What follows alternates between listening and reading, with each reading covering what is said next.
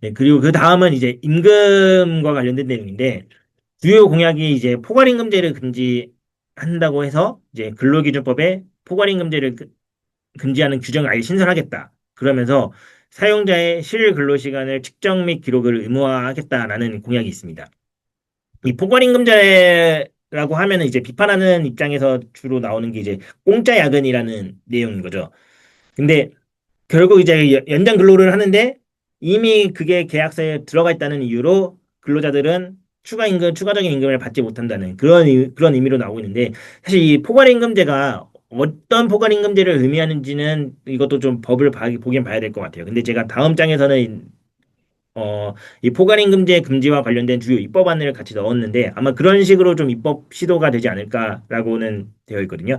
이 포괄임금제에 비판하는 게 아까 말씀드린 건 공짜 야근이라는 내용인데, 결국에는 포괄임금제가 있음으로 인해서 회사에서 근로시간 관리에 좀 약간 경시하는, 가볍게 생각하는 그런 운영들이 좀 있다라고 해서 이제 회사에서 실 근로시간 측정을 하고 그것을 기록을 해라. 지금 임금명세서를 교부하는 것처럼 임금대장을 기록하고 보존하는 것처럼 근로자의 실 근로시간도 회사가 측정을 하고 기록을 하라. 이걸 의무화시키겠다라는 내용이에요. 사실 이거는 어떻게 도입할 것인지에 대한 게 좀 필요가 없어요. 사실 이거는 입법하면은 회사가 지켜야 되는 내용이거든요. 그래서 이거는 좀 약간 어느 정도의 파급력이나 그런 걸 고려하지 않고 회사가 입법이 좀 용이할 수 있는 그런 내용들로 좀 보여집니다. 그래서 만약에 입법화 된다면은 회사 입장에서도 이제 근로계약서를 당연히 재작성할 필요가 있는 것이죠. 지금 기존에 있는 임금 구성 항목이라든지 그런 임금 명세서도 다시 개편을 해서 그렇게 되면 아무래도 통사임금이 올라가게 되는 그런 효과도 있으니까 인건비 부담도 좀 커지게 될 수 있는 부분들이 있을 것이고, 실 근로시간 측정 기록 시스템을 구축을 해야 되는데 이 실 근로시간이라는 게 사실 되게 애매한 부분이, 회사에서 보기에는 이 사람은 일을 안 해. 회사에서는 일을 안 하고 있는데 어 출입 시간만 보면은 엄청 일찍 오고 엄청 늦게 가고 이런 경우들이 있어요. 이런 걸 어떻게 근로시간으로 봐야 되는지 그런 부분들도 좀 고려를 할 필요가 있다는 거죠. 그래서 근로시간의 정의를 명확하게 해서 이거를 시스템으로 구축을 하고 경우에 따라서는 이제 강제로 PC도 오프시켜서 일 자체를 못하게 하는 그런 움직임도 좀 필요하다라고 좀 보여집니다. 그리고 임금 공정성을 강화해서 사업장별로 임금에 대한 정보를 좀 이제 오픈하겠다. 그런 내용들이거든요. 그렇게 돼서 뭐 동일 노동 동일 임금 기준 마련 임금 프로제를 도입을 하고 그렇게 해서 임금 정보를 해서 기업별로 임금 격차를 나지 않도록 그런 것을 하게 되는데, 사실 이 부분은 조금 임금이라는 게 어떻게 보면은 회사에서는 그 인재를 유치하기 위한 전략적인 부분일 수도 있고, 또 인건비라는 측면에서는 경영 효율성적인 측면도 있는데 이것에 대해서 정부가 지나치게 개입한다는 의견도 있어서 조금 쉽지는 않을 수도 있을 것 같아요. 이거는 어떻게 보면 공공기관에서는 그렇게 가능할 수는 있겠지만 민간 기업까지 또 적용될지는 조금 어려움이 있지 않을까, 그런 내용들이 있는데, 이 내용이 입법화된다면은 사실 회사에서 고려할 수 있는 방법은 결국 직무급을 도입을 하는 부분. 왜냐면은 이 회사별로 임금에 대한 경쟁력을 갖추기 어려우면은 직무에 대한 임금 정보를 토대로 직무급을 도입을 하는 게 좀 타당할 수 있지 않을까, 그런 부분들이 좀 있을 것으로 보여집니다. 그리고 체불임금 및 퇴직임금에 대한 확대를 강화해서 체불임금에 대한 사업주 처벌을 강화하고 있고, 체불임금에 대해서도 원하청 연대 책임을 더 강화하겠다. 그리고 퇴직금도 지금 1년이었는데 3개월 이상으로 이제 단축해서 3개월 이상만 일해도 퇴직금을 보장할 수 있도록 그런 내용들을 좀 하고 있는데, 체불임금에 대한 처벌은 이제 강화될 수 있는 부분은 있을 것 같아요. 아무래도 임금이 생계랑 관련된 부분들이 있으니까. 근데 1년 미만 근로자에게 이제 퇴직금을 적용시키겠다. 이 부분까지는 될지는 좀 지켜는 봐야 될 것 같습니다. 좀 쉽진 않지 않을까 그렇게 보여지는데, 그럼 이제 포괄임금제 관련된 내용을 한번 좀 제대로 좀 다시 한번 좀 주의 깊게 보도록 하겠습니다.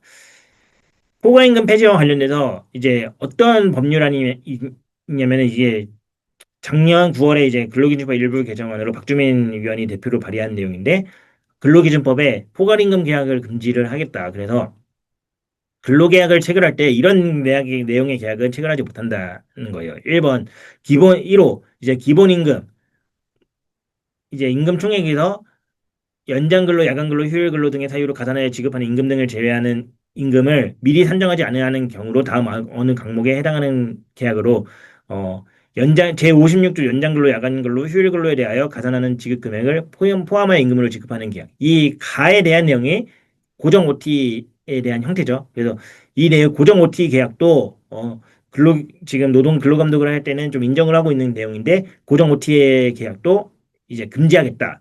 그래서 오로지 임금은 기본급, 식대 등 기본 근로시간에 대해서만 지급하는 계약만 체결할 수 있다. 이런 내용이라고 좀 보여주시면 돼요. 이제 뭐 연차휴가 사용하지 않은 미사용수당을 미리 지급하는 내용 계약. 이것도 사실 지금 이 강의를 듣고 있는 사업장에서는 많이 하지 않는 것으로는 알고 있는데 뭐 이런 법정 수당을 미리 넣는 계약, 고정 OT 계약 이런 것도 금지하겠다. 그리고 이번 같은 경우는 진정 포괄임금제죠. 근로시간이 산정하기 어려운 감시단술적 근로자라든지 뭐 재량 간주 근로시간 그런 근로자들 대상으로도 진정 포괄임금 계약 자체도 아예 법으로 금지하겠다. 그래서 그냥 실제 근로한 시간만큼 산정을 해서 해라 이런 내용으로 입법을 하겠다라는 거예요.